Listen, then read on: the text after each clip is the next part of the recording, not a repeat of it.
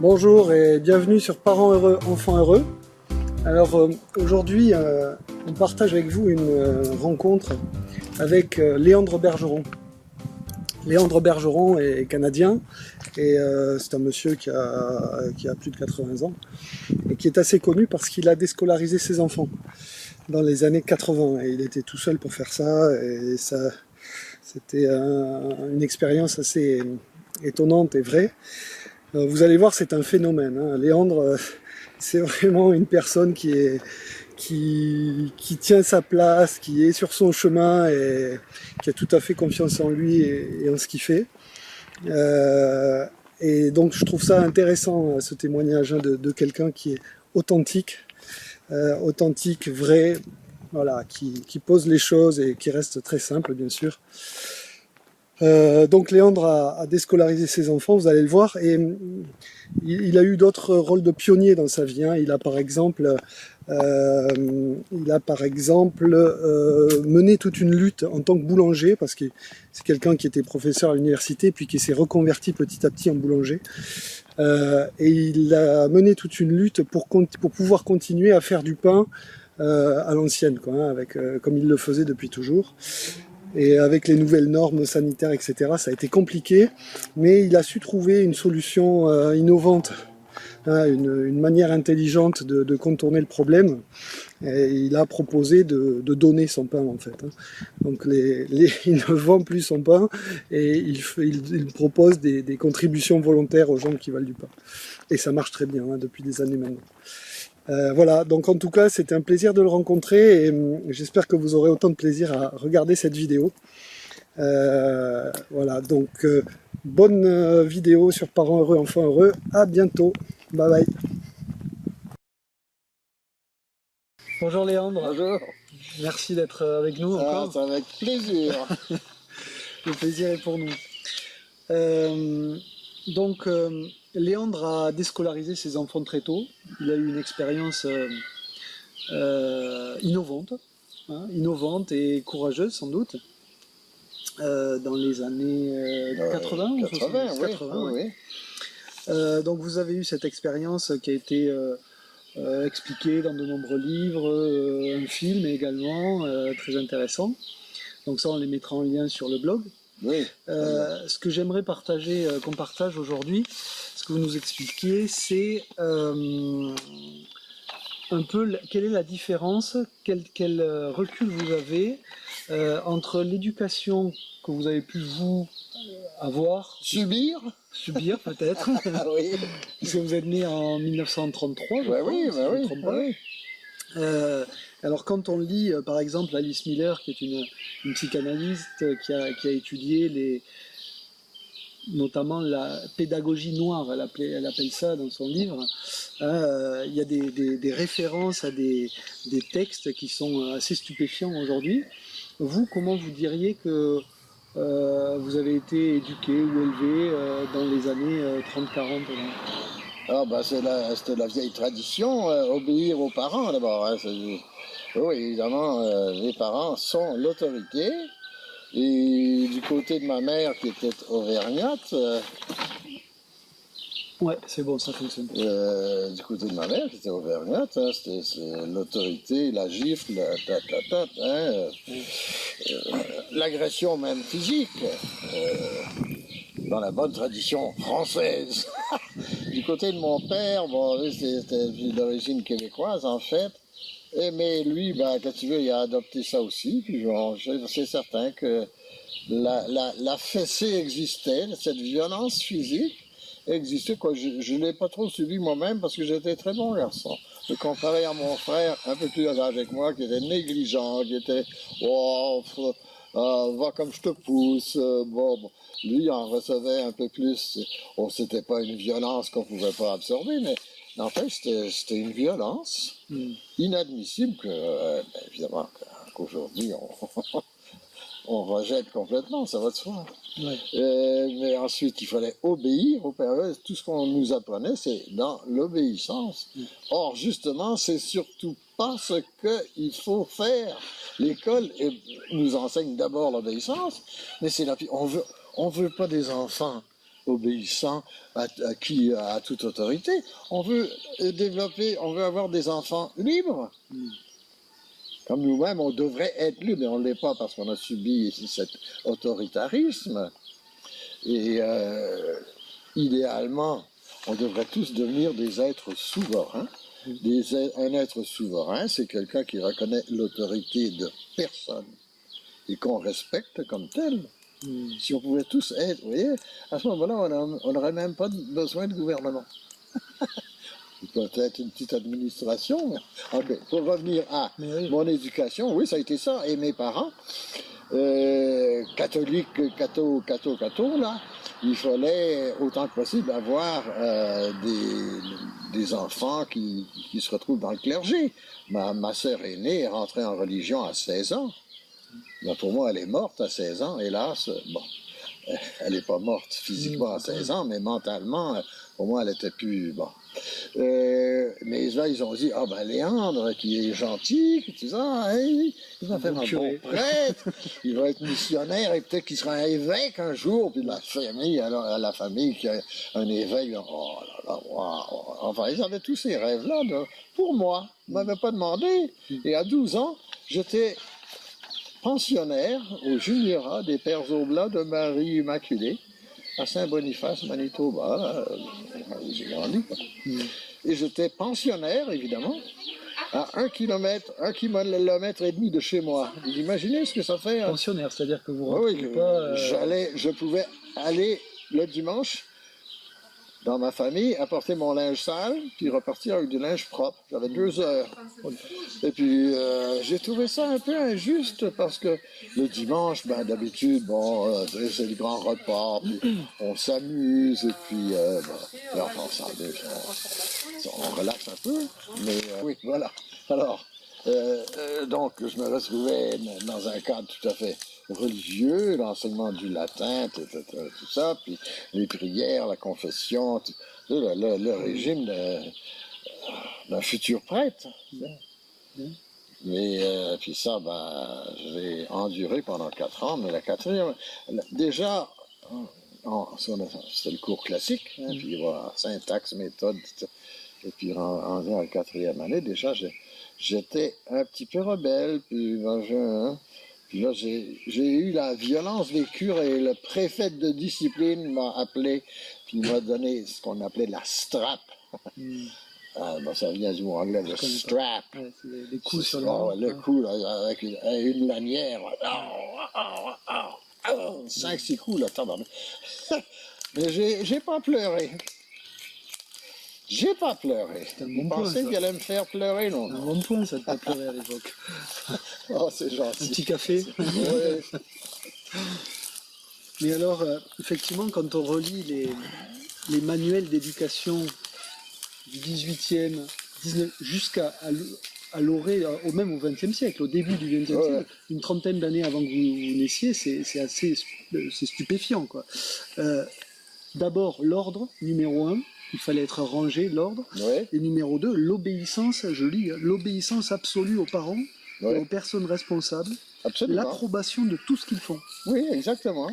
Cette obéissance revêt une telle importance qu'en fait, toute l'éducation n'est rien d'autre que l'apprentissage de l'obéissance. Absolument. Ça vous parle, ça Ben, ça vous parle, c'est ce que je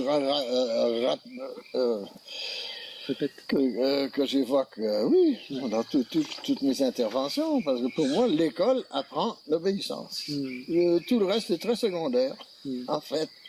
Le peu qu'ils apprennent à l'école, parce que, bon, on va dire, on apprend beaucoup, mais on l'oublie aussi rapidement. Hein, quand on teste les jeunes, 3 semaines après l'examen, ils se souviennent de à peu près rien. Alors pourquoi? Pourquoi cet abrutissement? Strictement pour qu'ils obéissent, voilà. Et c'est la seule voie, voilà. Mais alors, bon, on se dit, Léandre, en 1933, en plus, c'est pas des dates faciles, hein, en Europe en tout cas. L'arrivée de Hitler. Ouais, l'arrivée d'Hitler, se passer ces habitudes d'éducation qui ont au moins 200 ans. Oh ben, au minimum, hein, je veux dire, je vous donne la date. L'école obligatoire a été créée en Prusse en 1713. 713. Et dans le pays le plus militariste d'Europe. Enfin, on pourrait élaborer là-dessus si vous voulez. Mais on se dit, comment est-ce qu'il a fait pour, à l'époque, alors que les traditions étaient beaucoup plus lourdes qu'aujourd'hui, comment est-ce qu'il a fait? Il a eu un courage extraordinaire quand même. Non mais, il y a bien un élément déclencheur qui a fait que vous avez réussi à briser un peu ces chaînes. Oui, mais j'étais un bon enfant, mais j'avais une grande sensibilité. Et puis il y a des choses qui me choquaient un peu. J'ai en classe, même justement au juniorat. Bon, j'avais hélas l'habitude d'être bon en classe, et puis j'arrivais souvent premier. Puis là, je sentais que j'étais exclu du groupe, de la jalousie. Et c'est aberrant. Là, il y a des gens qui ils me rejetaient, ils voulaient me faire mal, ils me donnaient des coups de pied. Je dis, mais c'est quoi, là, tu sais? Bon, d'accord, j'arrive premier, mais tu sais, pourquoi est-ce qu'on m'agresse à cause de ça? Non, ça n'a pas de sens.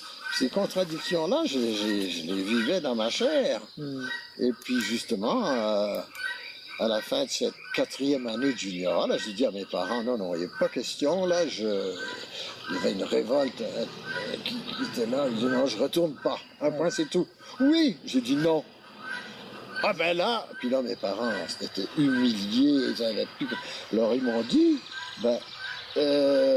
c'est toi-même qui vas aller dire au supérieur que tu ne retournes pas. Je dis oui, je vais le faire. Là, il y a quelque chose qui se passait pour moi. Hein. Et, je l'ai fait. Et puis à ce moment-là, j'ai senti que l'autorité, mes parents n'avaient plus aucune autorité sur moi parce que je venais de faire un acte courageux que eux n'osaient pas le faire. Vous voyez? Attends. Vous aviez quel âge à l'époque? 16 ans. Vous en avez profité pour faire n'importe quoi, vous avez vu. Profiter pour justement ne pas retourner au juniorat, d'aller au collège des Jésuites, qui était un peu plus libéral, enfin, un peu mieux. Mais là, mes parents n'avaient plus aucune autorité sur moi. Donc, vis-à-vis des profs, c'était la même chose. Puis les profs, moi, je les ai... si je vous racontais des histoires... Mais si on en revient à la déscolarisation, parce que donc il y a eu cet acte très courageux à 16 ans, et après vous avez un peu récidivé quand même, parce que vous étiez vous-même scolarisé puisque vous étiez prof, oui. Vous étiez à l'université, oui. Et là vous êtes vous-même déscolarisé avant de déscolariser vos enfants. Parce là aussi c'est un peu... C'est un peu révolutionnaire. Ah oui, si vous voulez. Oui, mais même dans l'enseignement, j'avais enseigné au niveau secondaire au Manitoba. Et puis là, j'avais senti que je faisais un travail de policier. Alors, quand j'ai eu une bourse du gouvernement français pour venir étudier à Aix-en-Provence, j'ai sauté sur l'occasion.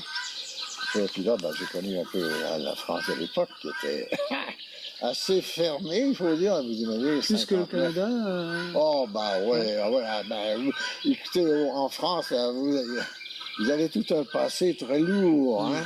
Et puis, vous avez été impérialiste, la France a eu des colonies, puis il y a tout ça. Puis c'est pesant, tout ça, chez vous. Ouais, attends, il y a eu 68, puis il y a eu des grands changements. Mais enfin, disons que, pour moi, c'est un gros bouleversement de découvrir la France à ce moment-là. Mais c'est merveilleux, parce que ça m'a ouvert, puis là, le contexte politique, la guerre d'Algérie, tout ça, à Aix, vous comprenez, quand les pieds noirs sont rentrés au pays, là, c'est quelque chose. En 63, là, j'étais justement revenu pour publier ma thèse, et puis voilà. Oui. Donc, bon, vous avez... Est-ce que... moi, ma question, c'était surtout de savoir, pour inspirer un peu les gens qui peuvent se poser des questions aujourd'hui, qui se disent, qui se posent des questions. Dans les années 80, il décide de déscolariser ses enfants. D'où est-ce que vous étiez tout seul à faire ça? Vous avez des exemples? Non. Il y avait des auteurs qui vous ont inspiré? À peine. Non. Là, j'étais convaincu que, parce que moi, l'enseignement à l'université, je le trouvais à certains. J'enseignais de la littérature, tout ça, puis je me suis dit, mais qu'est-ce que je fous là, en fait? Qu'est-ce que je fous là? Est-ce que je suis en train de voir? Non. Et puis, tout le système, pour moi, presque toutes les institutions sont essentiellement des nœuds de vipères. Hein, ça grenouille, les compétitions, puis les autres profs, ben oui, là je vais avoir ce poste. Tout ce grenouillage qui m'écœurait, mais toutes les institutions scolaires pas en particulier, mais toutes les institutions scolaires, oui, sont minées par cette espèce de... cette concurrence, cet égoïsme, des nœuds de vipère. Et j'étais content de quitter l'université, de me retrouver à la campagne. Puis, bon, depuis ce temps-là, j'ai refusé de participer. Bon, j'ai participé un peu à certaines activités de regroupement paysan là-bas, mais ça, c'est marginal. Oui, bon. Mais alors, si on parle de vivre sans éduquer, hein, c'est le thème de votre tournée en Europe, quand on revient au texte de l'époque, hein, que vous avez, au texte sur l'éducation du début du XXe siècle, hein, je lis encore un extrait de l'ouvrage d'Alice Miller. À l'époque en particulier, la discipline doit passer, à l'école pardon, en particulier, la discipline doit passer avant l'enseignement. Ben oui. Il n'est pas de principe pédagogique plus fondamental que celui selon lequel les enfants doivent être éduqués avant de pouvoir recevoir un enseignement. Il peut y avoir discipline sans enseignement, pas de problème, mais il n'y a pas d'enseignement sans discipline. Alors vous dites, non, là, éduquer, aucune discipline, aucun intérêt, on peut vivre sans, mais alors, qu'est-ce qu'on fait? Je veux dire, comment est-ce qu'on peut... C'est comme si on nous enlevait les pieds, le tapis de sous les pieds. Ben oui, hein? Parce que c'est un tapis pourri. Parce qu'il nous rend esclaves de l'autorité. Puis l'autorité, autorité veut dire des gens qui obéissent aussi, hein, ça c'est la contrepartie. Évidemment, écoutez, on n'est pas ici sur Terre pour être obéissant. Quand même. Est-ce qu'on est obligé d'obéir à l'État? C'est une aberration. Qu'est-ce que c'est ça? Si tout le monde était souverain, ça changerait. Hein? Si on dit, non, moi je ne reconnais pas. Moi, j'ai eu certaines luttes à mener, justement pour l'histoire du pain. Là, le ministère me disait qu'ils allaient tout brûler, tous mes pains, parce que je n'étais pas encadré, vous voyez. Et puis j'ai mené une lutte et j'ai gagné, voilà. Mais c'est ça, je refusais d'obéir. Moi, j'ai fait du pain dans ma cuisine pendant 30 ans. Aujourd'hui, ils disent, ben non, tu n'es pas encadré, tu n'as pas le droit. Bah, écoutez, qui vous êtes, vous? Ah non, parce que justement, on est tellement soumis, on a été tellement éduqué, puis c'est ça, être soumis, que c'en est renversant, puis là, hein, comment t'as fait, puis ben oui, mais non, à un moment donné, quand on se rend compte, qu'on devient conscient de ce système, il y en a qui profitent de l'autorité, et pour exploiter les autres, pour des raisons personnelles, enfin financières, tout ce qu'on voudra, mais c'est un monde fou, puis on voit le résultat, c'est un désastre actuellement dans le monde, on s'en va vers la destruction de la planète, à cause de c'est tous ces nœuds de vipères. Est-ce que, vous parliez tout à l'heure des châtiments corporels, hein, qui étaient monnaie courante à l'époque, mais c'est vrai que là encore, au début du siècle, on pouvait dire que l'emploi précoce des châtiments corporels, précoce et énergique, le plus tôt possible, mais ménager, est le fondement même de toute véritable discipline. Car c'est avant tout le pouvoir de la chair qui doit être brisé. On a l'impression que tout ça, dites on n'a pas besoin d'autorité, etc., on a l'impression que, enfin, à l'époque même, clairement, l'être humain était naturellement mauvais. Ben oui, mais ça, c'est toute l'idéologie judéo-chrétienne. Il y a un Dieu qui nous observe, qui nous châtie. Ben oui, mais c'est de la mythologie, tout ça. Puis on l'a subi, puis on le subit encore. La culpabilité, il faut se sentir coupable d'être là. On a un péché originel. C'est aberrant, tout ça. C'est quoi? Je suis né sale, j'ai de la sexualité, mais ça c'est dégueulasse. Puis, toute cette histoire-là, c'est aberrant. Alors, est-ce que on pourrait avoir l'impression qu'aujourd'hui, on est moins dur, on affiche plus notre sensibilité, l'obéissance c'est moins la valeur première qu'à l'époque. Hein. Mais est-ce que vous avez l'impression que ce genre de textes sont totalement anachroniques? Mais pas du tout. Hein. Pas du tout, parce qu'il y en a encore beaucoup qui sont violents avec leurs enfants. Tu sais, les gifles, la double gifle, ça existe encore, cette violence vis-à-vis des enfants. Bon, mais là, aujourd'hui, là, on sent qu'il y a vraiment un grand changement. En Amérique aussi, je veux dire, quand on entend qu'un enfant a été battu, mais alors là, c'est l'horreur. Il est conspué, ce parent-là. Non, ça c'est... Et pourtant, en France, hein, en 2009, Edwige Antier, qui était ministre à l'époque, a essayé de faire passer une loi contre la violence. Mais oui, je sais, je suis au courant. Et cette loi a été ridiculisée. Enfin, Edwige Antier a été totalement ridiculisée par les médias et qui ont été bien relayés par le public. Hein, donc mais finalement, les enfants, ça peut paraître une cause qui n'est pas à défendre, quoi, on dirait aujourd'hui. En tout cas, en termes de violence, non, mais quand on voit que les animaux sont protégés, très bien, mais on a l'impression que proposer une loi contre la violence physique envers les enfants, c'est un sacrilège. Quoi. Oui, parce que ça mine l'autorité, le pattern de l'autorité, puis ceux qui sont autoritaires se sentent très menacés, et puis avec raison. Et maintenant,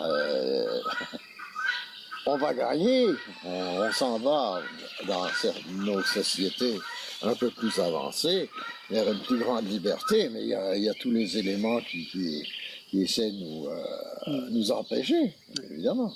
Puis les médias, hélas, là, sont entre deux très souvent. Oui, c'est sympathique. Mais même au Québec, c'est certain que ma façon de voir l'éducation, elle n'est pas trop répandue. Il y a des regroupements qui se font, puis je vais les voir, on discute de ça. Ben oui, encore, j'ai des courriels, la commission scolaire me force à ceci. Ben, je dis, tenez-vous debout, allez, foncez, refusez. Ça, oui. Alors, la lutte n'est pas finie à ce niveau-là. Mais il faut la faire différemment, la lutte. Il ne s'agit pas de s'opposer agressivement. Non. Au contraire. Par exemple, moi, quand c'est une autorité quelconque qui veut m'imposer quelque chose, je leur dis, n'oubliez pas que c'est moi qui paye votre salaire. Tout de suite. Oui, c'est moi et quelques autres qui payent votre salaire. Est-ce que vous pouvez être gentil avec moi, me parler comme du monde, comme un maître? Non, il faut ne pas avoir peur de se tenir debout. Et puis dire, non, au-delà de ça, non, on comprend ce que vous faites. Vous êtes dans un système qui veut m'encadrer tout ça, mais moi, je refuse le cadre. Et vous, employé de... Bon, c'est ça. Alors, est-ce que cette attitude, cette posture, cette attitude, hein, cette vie anti-pédagogique, finalement, dire comme ça, est-ce que vous comprenez que elle puisse générer de l'angoisse chez ceux qui sont confrontés à ça, ou un refus intellectuel en disant non, les enfants sont très bien à l'école, qui ne voient pas. Oui, ça on le rencontre systématiquement. Les gens disent non, ils veulent rien savoir de ça, mais ça n'a pas de sens parce que eux-mêmes sont insécurisés. Maintenant, il y a ceux qui commencent à se questionner, à dire est-ce que je suis capable? Est-ce que? Mais ça, c'est un cheminement. C'est bien, cette interrogation, puis il faut l'encourager pour que ces gens deviennent plus autonomes. Ils prennent des décisions dans leur vie. Changer de vie à certains moments, mais c'est très bon. Et puis, justement, dans ma dernière publication, je parle de la quarantaine, qui est des années chevilles, là. On a fait ceci, on a fait cela, on s'en va vers quoi? Qu'est-ce que c'est l'avenir? Tout ça, on se pose souvent de très grandes questions à 40 ans. C'est ce que moi j'ai fait, puis j'ai réorienté ma vie, puis c'est fantastique. Quelle chance j'ai fait ça! Qu'est-ce que je serais aujourd'hui? Un petit professeur bedonnant à la retraite qui... Jamais. On ne peut pas me parler de retraite à moi, parce que me disant, c'est un terme militaire, c'est refuser le combat. Moi, la retraite, ça n'existe pas. Je crèverai au boulot ou quelque chose comme ça, ou par accident, je sais pas, mais certainement pas la retraite. D'accord. Alors pour aider ces quarantenaires là, hésitants ou qui se posent des questions, on voit bien quand on s'intéresse à la déscolarisation, au fait de ne pas aller à l'école, aux apprentissages autonomes, on voit bien l'intérêt des enfants. Je veux dire, la liberté, apprendre naturellement, etc. L'intérêt des enfants, on le voit bien. Et vous les décrivez bien, etc. Mais quel serait l'intérêt des adultes? Enfin, les adultes, quel intérêt ils ont de se sortir d'un système que c'est déjà difficile pour eux, la vie elle est compliquée, le boulot, justement, le travail, une bonne raison d'en sortir. C'est la vie moderne, c'est un esclavage incroyable, hein? Oui, ça c'est certain. On est pris il faut acheter de l'assurance, il faut ci, il faut ça, il faut se payer des vacances, on part en vacances. C'est quoi? Moi, je suis toujours en vacances. Quand tu dis, mais tu prends des vacances? Ben non, j'ai pas besoin de vacances. Je suis bien dans le moment où je suis. C'est ça. Ouais. Et puis l'avenir, ben, je fais aucune projection. Je peux me faire tuer demain matin, j'ai un accident de voiture. Oui, tout ça est possible. C'est une attitude vis-à-vis de la vie. D'abord, se libérer des peurs qu'on peut avoir. Les peurs, peur de la mort, ça c'en est une qu'il faut régler autant que possible, la peur de la mort. Mais les peurs, il faut d'abord les voir en nous, parce que très souvent on n'est même pas conscient des peurs qu'on a. Mais qu'on les laisse, qu'on les regarde, c'est pas qu'on essaye de dire que ça n'existe pas, non, c'est pas ça. Au contraire, on prend ces peurs-là, puis on les embrasse comme des pauvres bébés qui ont été maltraités. Qu'est-ce que c'est? Pourquoi tu as peur, petit, là? Qu'est-ce qui va t'arriver? Est-ce que tu penses que demain t'es mort? Ben non, pas du tout, tu sais. Moi aussi, j'ai eu mes moments de peur, parce que les autorités voulaient me coincer, tout ça. Mais j'ai pas nourri cette peur-là, je l'ai regardée, puis j'ai dit, bon, bah, toi, tu fais pitié, là. Tu me mets dans une triste situation. Allez, viens, je t'embrasse, je te serre fort, ma petite peur. Puis les peurs disparaissent beaucoup plus facilement comme ça. Et oui, et justement, se débarrasser des peurs. Une fois qu'on se débarrasse de la peur de la mort en particulier, quand on voit la nature, c'est un cycle, hein. Mort, naissance, le contraire de la mort, c'est la naissance. Mort, naissance, mort, naissance, mort, naissance, les arbres, la nature, nous, tout ça. On dit, c'est ça, c'est tout. Et puis, quand on peut se libérer de la peur, ben, on peut vivre le présent. C'est la peur qui nous empêche de vivre le présent.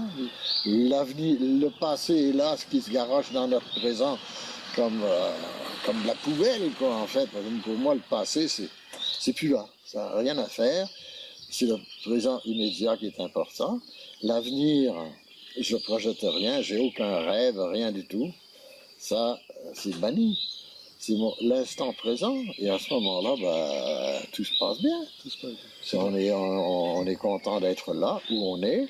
On n'a pas besoin de vacances, on n'a pas besoin d'une fortune, on n'a pas besoin d'amasser des biens pour dire « Ah, je suis quelqu'un ». Ben non, l'image de soi-même, d'ailleurs, on s'en libère complètement.